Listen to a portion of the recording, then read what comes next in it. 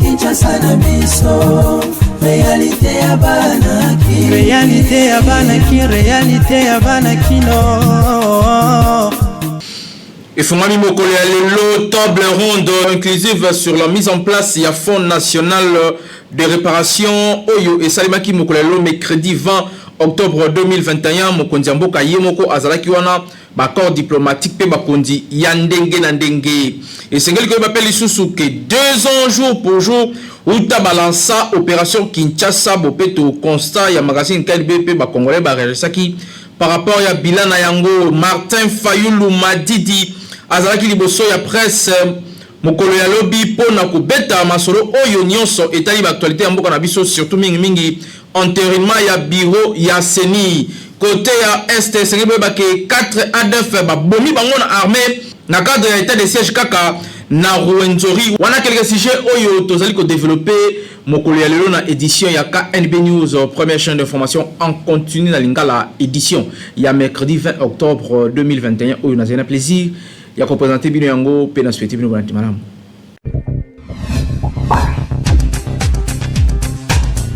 Table ronde inclusive sur la mise en place du Fonds national de réparation et Fongamaki Mokolo ya lelo et sika pi Mokonzi Mboka Yemoko Félix Antoine Tshisekedi Tshilombo azalaki wana pona ouverture na yango pona na reportage.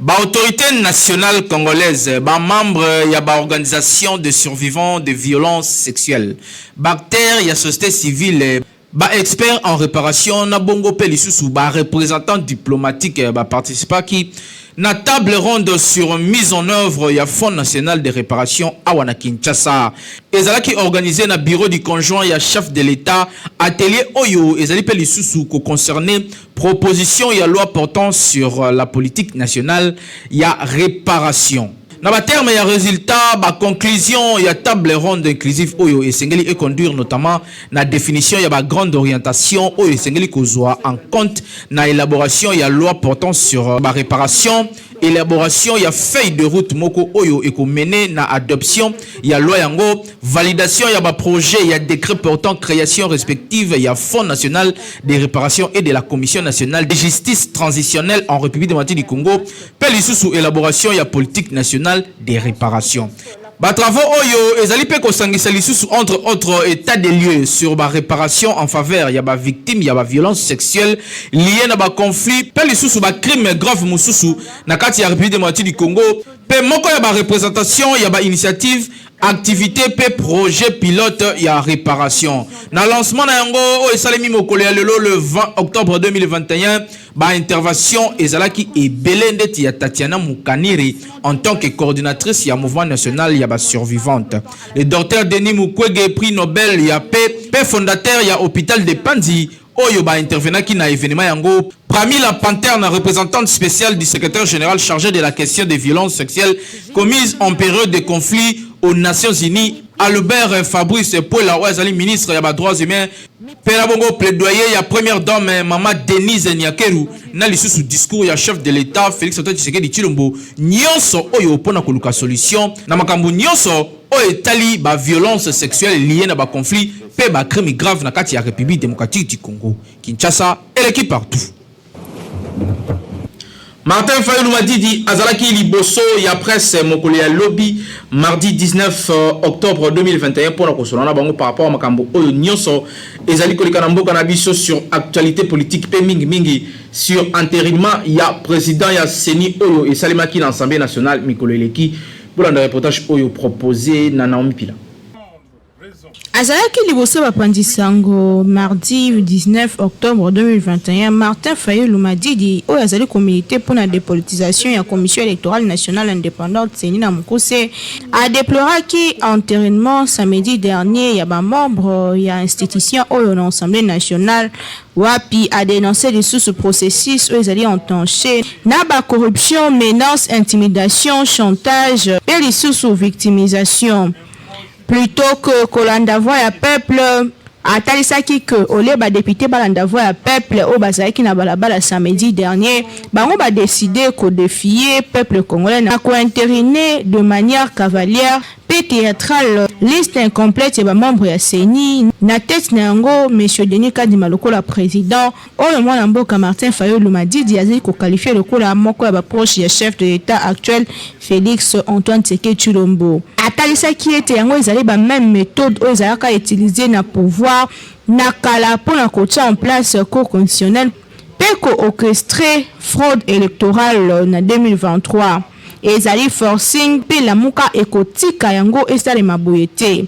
Na 2020 chef de l'état anomaka nouveau magistrat na cour constitutionnelle mingi batalisaka ke ezali ko rejoindre nouveau poste yango. Naboye Martin Fayulu a sengi ko faire bloc face au pouvoir. Naboye a lancé appel solennel na ba force réelle acquise sur le changement. Pe bandeko nyonso o bazalaka wana pona kobundela ekolo batelema pona kobundela o yazali kobenga dictature fasciste. Naboye atalisaki que à 2 ans l'organisation de l'élection tension ezali ko continuer komata Assemblée nationale sans ko tenir compte de na idée à peuple pe na maloba ya peuple a entériné 12 sur 15 membres ya nouvelle CENI après adoption ya rapport ya commission chargée d'examiner les dossiers individuels ya ba candidats. Kasina yango église catholique pe église protestante ba s'opposer makasi na enterrement ya ba o bazali ko qualifier bongo d'irrégulière. Atalisaki que même na kati ya union sacrée ba parti misusu ebele bazali ko telemela enterrement yango kasi kaka ba oyo bazali komona intérêt na bango nde bazali ko kangama na yango na boya atalisaki pe abengaki ba militant na ye bazala éveillé po akoumela te kopesa mot d'ordre on a côté les mena o azali ko benga bongo CENI moko politisé donc mikolo ezali ko ya akopesa mot d'ordre tout en déplorant makambe salemaka na marche oyo taki koleka. Martin Fayulu a dénoncé liwa ya moko ya ba camarade ya ESID oyo akufaki suite ya ba blessure na bitumba oyo bimaki lors ya marche. Kasi bonke tizali ko continuer pona ko établir ba responsabilité sur le roi ya mwana mboka oyo atikaki molimo na ye suite ya ba blessure na tango bitumbe bimaki na marche ya le 16 octobre 2021 na boye ESID ya Martin Fayulu pe nouvel élan ya Adolphe Muzito la muko ensemble ba lobi ke ba kotika lutte te kino ba kolonga po peuple kaka nde ya ganyaka Kinshasa et l'équipe partout. Les manifestations. 200 jours pour jour, Outa Balança, opération King, Bopeto, Peggy Ilunga Zalaki na terrain, pour na kosolana ba Congolais, bilan yango ezali ndenge nini, boyo kabango nde ba répondre awa na micro ya Peggy Ilunga. 19 octobre 2019, 19 octobre 2021, jour pour jour, 2 ans, Outa chef de l'État Félix Antoine Tshisekedi Tshilombo à Lansaka, opération King Bopeto, autrement dit Kinshasa propre. Kasi utatango wana population ezali ko continuer ko vivre na saleté ndenge bango bazali ko constater yango na tous les 24 communes malgré que basalongo esalemaka chaque samedi pe autorité urbaine asala organisation moko pona kokitaka kosalaka mosala kolongolaka saleté kasi saleté na ville province ya Kinshasa ezali kokoba se kokoba lelo tokitaki sur terrain boka ndenge population bango moko balobaki awa na bombe soba ka bombelo ha zatini au moins équipe yo créa na ba commune ba osala eloko te soko lingi mona ke ba osala eloko te tambola na butu même bato yo tia o ba so kombaka na butu misu ba okomba te ba do komba te mo konza tambola kana moi te na moi ba kokosa yo kaka ndeko nanga zatini oza grand frère nanga oloba koza kinwa kende tambola na butu sillonné na caméra na yo omona ke bato yo créé ba ONG ba olia yo mbongo kini bopeto na yo eza négatif panzi wana onire jeza mabe po ancien bourgmestre na biso ve bailon azara après 2 ans hein ba ça va entretien na ba caniveau bo bana batinda bourgmestre mon agent ne beta masute de mopanzi ya oni britannique kini bopeto ma 0 ouais na koki kondima oui na sens que na partie où on a fandi non loin na commune vraiment propreté comme tel les alliés na mona même na masangambila na chaque temps na mona vraiment chaque temps on a vraiment bazo combat babilo mosusu ezaki salité au moins vraiment qu'il y a un groupe ya bato ba kombaka pour la propriété côté na ti un secteur on a vendu ça va pour nga côté na est positif banda alansa ki nini wana na moni pe quelque part population na ngambo kuna bazui moi conscience moi bopeto ezali po ba fulu er moko bando zala na ba caniveau bon sincèrement nazomona ngoli susuti batu atia po na kolandela misala wana bazosala vraiment le côté azwa vraiment gara ya kolandela bango na mbongo apesa bapo na sa misala parce que elle a lancé soit misala mo apesi mbongo mais misala ngesala matesko to lobani donc ba complicité bango nyonso ba oli mbongo ngo parce que tout le monde le monte et salama mbula te amuke se beti victoire mai to tambola ti a parce que bopeto angeza wapi kini bopeto yango eza nini po depuis to zalaki na époque ya Kimbuta kisanga bande ko tona kana mai tango yo ye okomi gouverneur kini ezoto na kana mai oyebi tele ko ni ezoto ni samai na Kinshasa kini bopeto zako komola balabala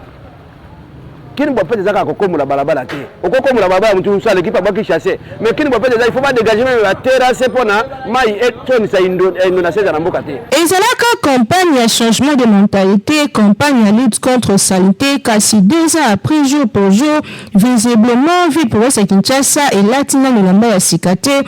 Tokuti milangi bafulu bapotopoto par-ci par-là, apparemment ville province ya Kinshasa salité ezali susu makasi na bawenze to pe na babalabala ndeti kaka mbula ezongi boye Kinshasa kolela ezongi lisusu makasi mituna etulamaki nini yango ifo esalema po ke Kinshasa elatela mba ya sika stratégie nini gouvernement central elongo na autorité urbaine ya Kinshasa esengeli bazwa mpona kosilisa salité parce que 2 ans après visiblement banzela eza toujours salité babalabala tokuti na bawenze kutu koloba te poto esangana salité bato bazoteka kaka bongo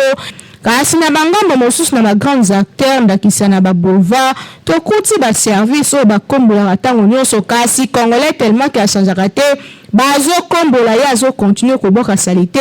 un temps moto azolia kwanga na kati ya bis abwaki yango en plein boulevard esali pasi bakondi esengeli baluka moyen ya kodiscipline population soki pe esengeli kofutisa yango mbongo to pe kosanctionner kozala malamu kasi avant tout l'état ye moko aluka solution lolenge kani kotia stratégie to pe politique ya kozongisa bopeto na ville province ya Kinshasa sima na yango ne bakokoma kosanctionner mpona kozongisa moko na changement de mentalité pour que Kinshasa ezonga bopeto poti lelo loba solo penza Kinshasa ezali na salité okokenda bakwa mosusu ya Kinshasa okokuta salité na ndenge ya kosakana te donc gouvernement provincial bozali na mosala opération kimbopeto nanu vraiment evandisi masolo te na ville province ya Kinshasa otolobaki te dossier oyo etikali à suivre botaela ngo po boluka ba solution Kinshasa eleki partout 4 rebelles ADF babumi bango na Beni na ba FARDC toujours na cadre ya état de siège bolanda reportage oyo ba forces armées ya République démocratique du Congo FARDC ba annoncé mokolo ya mardi 19 octobre 2021 que ba neutraliser 4 rebelles ADF na secteur ya Rwenzori na territoire ya Beni na province ya Nord Kivu. Ezali bongo porte-parole ya secteur opérationnel Sokola un grand nord ndé a relayé nouvelle oyo na presse. Après embuscade ya ba rebelle oyo ba tchaki contre ba civil na mi-journée ya mardi 19 octobre 2021 à Kilia na axe routier Beni Kasindi. To contourna ki manœuvre ya ennemi mokolo ya lobby mardi. Ezalaki bongo groupe ya ba terroriste ADF oyo ba lingay ko venger après arrestation ya bandeko na bango na même région. Ba élément la biso ba yaki mbango ko intervenir alors que ba saillant ba luka ki ba s'apprendre na ba usager ya Kilia. Na Makisabo 3 rebelles pe ba kufi pe ba effet ya ba guerre ezali récupérer. Musika ya Kilia lisusu moko azalaki abati ennemi abomaki mutu moko pe incendiaki mutuka pe moko na 3 ndako ndenge a expliqué awa capitaine Anthony Mwalushai. Officier ya armée oyo a révélé que armée akangi moko ya ba meneur ya ADF na axe yango. Bientôt na kobenga presse pour na présenter ba noyau dur ya ba ADF oyo touti ko kanga récemment awa ndenge a prometaki. Pour na rappel ba rebelle ya ADF ba tchaki embuscade moko na ba civil moko ya lobby mardi na axe routier Beni Kasindi na avant midi ya lobby mardi. Ba trafic ezalaki suspendu momentanément après bayaki ko répondre na bango dans quelques heures après avoir installé ba base et sika pi armée afandaki pona ko lande la situation nyonso Kinshasa et l'équipe partout.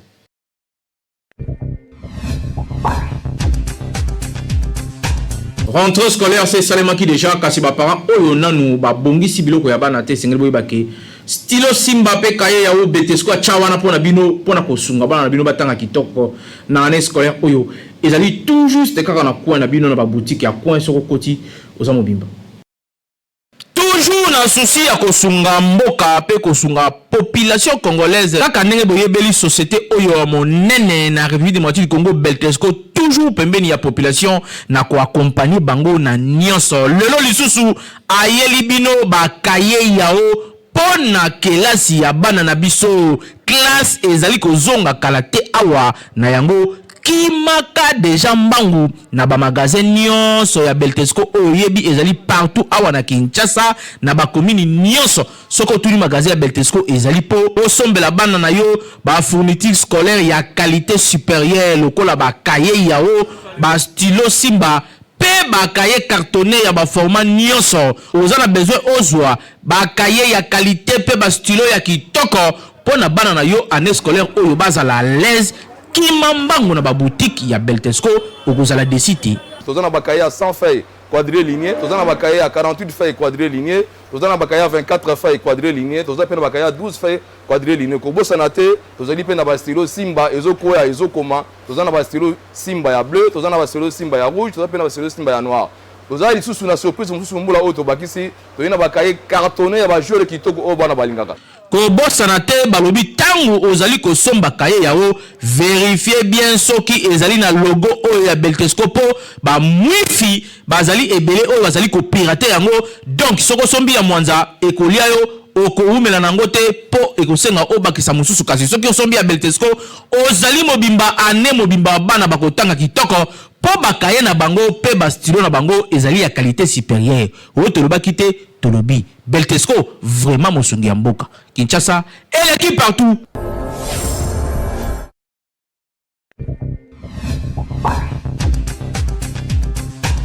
Lelo journée mondiale ya ba cuisinier ba nyonso ba lula kolamba oyo bazali na loboko na ndenge ya kosakana te lelo mokili ezali ko réfléchir pona likambo na bino awa na omipila apesi so ba détail. Le 20 octobre ya chaque année mokili célèbre la journée internationale des cuisiniers. Origine ya journée internationale yango ezali ko remonter le 20 octobre 2004 wapi célébration inaugurale ya profession ya ba chef cuisinier à travers le monde et salimaka. Objectif ya journée lelo ezali ko afficher journée moko kozala na époque ya ko susciter reconnaissance ya profession ya ba chef cuisinier pe ko indiquer événement moko caritatif na compétition o ezali ko démontrer ba profession culinaire. Kombo ya originalité ya journée yango euti na anglo-saxon yango ezali mokolo moko oyo mokili mobimba ya reconnaîtra ka valeur to pe mpifo ya bokasi ya ba cuisinier oyo batangela kelasi pe basalaka nyonso ke balia kasi par défaut mwasi nyonso azali cuisinière chaque jour azalaka wana mpona kopréparer biloko ya kolia mpona famille na ye donc journée ya lelo ezali pe soki koloba malamu ya ba mama kasi ya koyeba ezali que ba meilleur cuisinier au monde bazali nde bala mibali po bango bami pesaka makasi na makambo etali kolamba soki mobali ayebi kolamba eke alambeli yo nzimela ngai ezalaka likambo ya esengo na cadre pe ya journal lelo bamama bozobokola bana bandako bolakisaka bango kolamba ezala mwasi to mobali ezali très important mokolo kozala te to pe akozala mosika na yo akozala na facilité koyeba lolenge kani kolamba kasi profession ya cuisinier ezali moko ya ba profession batangelaka yango kelasi po ezalaka très important pour la moto nyonso président to pe mona mosala moto nyonso alekaka na cuisine pour na kolia donc ezali moko ya ba profession le plus noble na monde ezali important que moto nyonso ayeba kolamba que vive la journée du 20 octobre que vive la journée internationale du cuisinier. Kinshasa et l'équipe partout.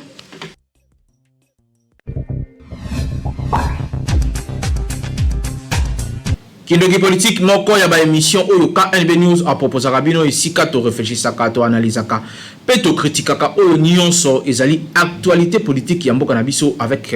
Naomi Pila kasi ko bosana te ko s'abonner pour orater bilingi ngilité.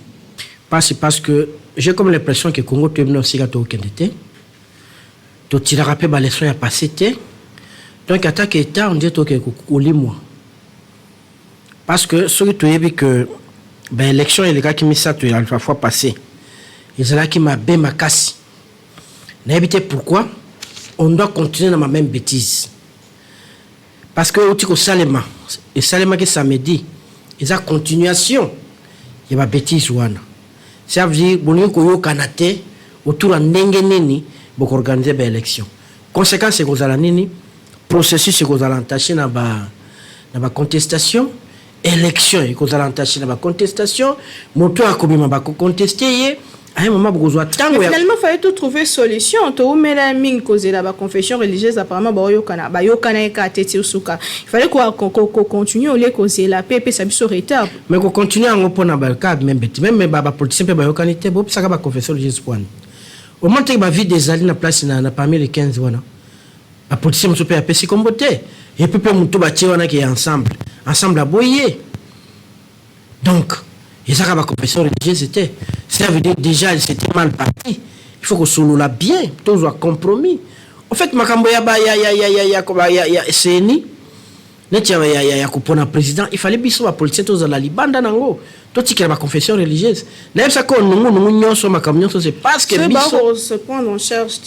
c'est parce que biso to instrumentaliser ba confession religieuse mususu pour tika bango na mais conscience na loi bolobaki il faut ba confession religieuse ou na expérience avérée na makambo ya ba élection oyebi bo bazana expérience avérée mais bango bo utiliser bango te ni na webi sayo na zo parti te mais comment on utilise dodo kaba d'abord comment on nini comme yebanité bon mu colonie nyo ya former ba témoin mu colonie to somona na processus ou ya ba église des noirs mu colonie to somona bango même église qui mangiste aka kaka voter mutu et puis akeinaye. Tout le monde a une implication dans ma processus. Donc tout devait tourner autour de l'église catholique. Pas tout autour. Kakaye. Non. Il fallait qu'on pone mutoyo à cause la consensus. La kenon akatia mutute ba procédure n'enge salemi. Fait que na battu l'équipe ma casse. Et ça à niveau ya assemblée, et ça à niveau ya confession religieuse. Donc c'est mal parti. Le toko ko lobak l'élection en 2023 toko osé la élection mo apaisé te parce que le bureau ba hôtel mais et kei mabe makasi na ngondi ba moninga. Non. Maman. Sola se référé kana mukando président yemo ka komela ki mabunda. Président Félix pour la ko boya enterrement ya Malonda. Dans les mêmes conditions. Alors ba que na constaté que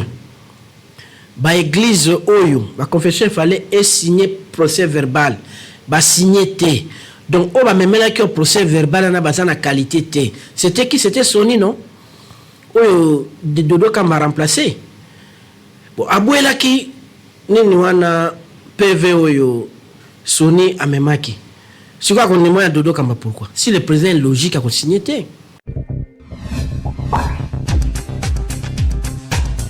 Ministère évangélique temps dédié va organiser 12 jours de prière oyo nyonso azana besoin mona loboko ya nzambe adresse ezalika kamoko kimambangu zoba détail na reportage oyo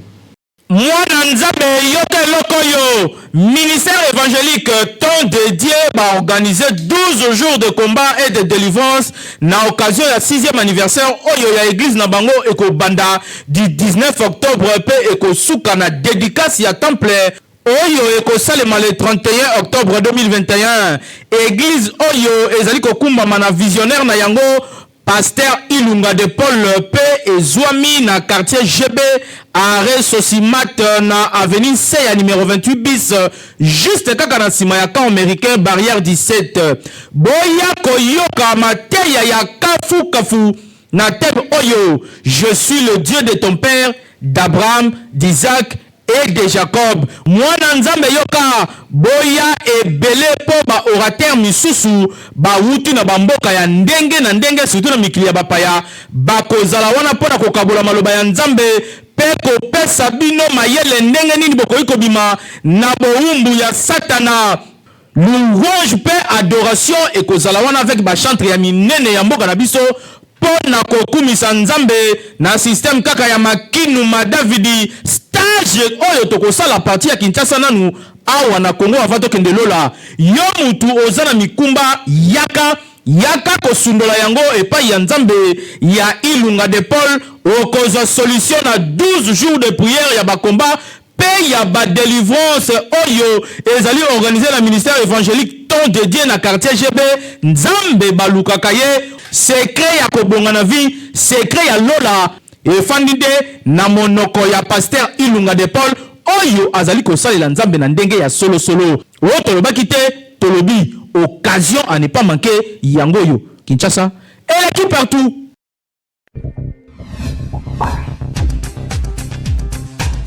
Trois rencontres et Betamaki Mokolo ya Lobi na cadre ya 27e édition ya Ligue nationale de football congolais où ezali ko betama awa na kati ya République démocratique du Congo bozwa ba détail na reportage oyo. Trois rencontres il y a 27e édition du championnat national Vodacom Ligue 1 phase aller et Betamaki Bongo Mokolo ya Lobi mardi 19 octobre 2021 na deux stades ya Mboka na biso. Awa na Kinshasa na stade de Martyr ya Pentecôte Academy Club Rangers ya Kinshasa en s'imposant qui devant formation à Union Sportive Chikunku ya Kananga na score ya 2-1. Chitenge Silva pe Isalande bazalaki ba biteur pour na académicien na 9e minute pe 90e minute tandis que unique réalisation ya ba Corbeau ya Kananga ezalaki bongo œuvre ya Musema Ngowa transfige ya Sanga Balende. Avec succès Oyo ba Rangers ba commis 3e na classement avec 9 points.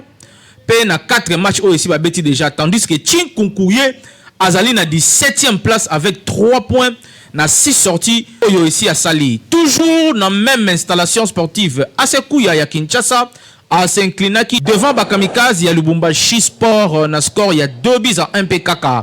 Moussans nde a signé qui doublé pour na compte ya Bakamikaze na 9e minute pe na 69e minute. En revanche et Foko Londe a inscrit unique but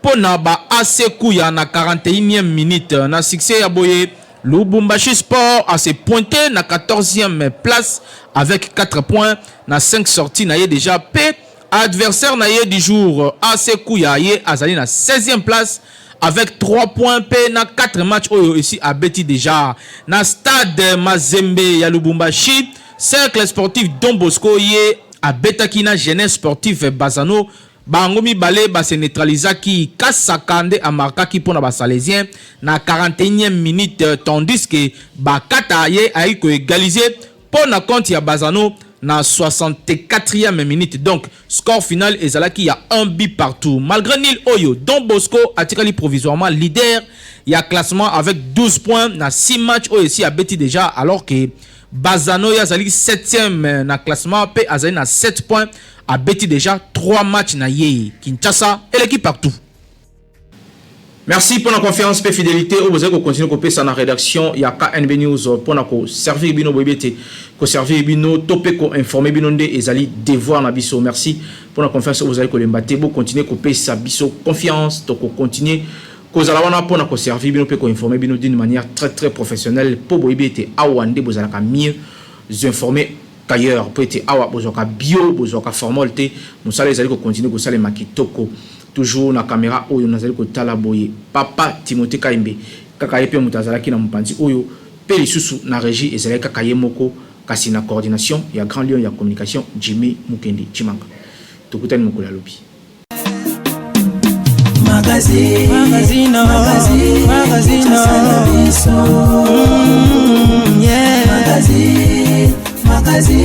Kinshasa na biso réalité ya bana ki réalité ya bana kino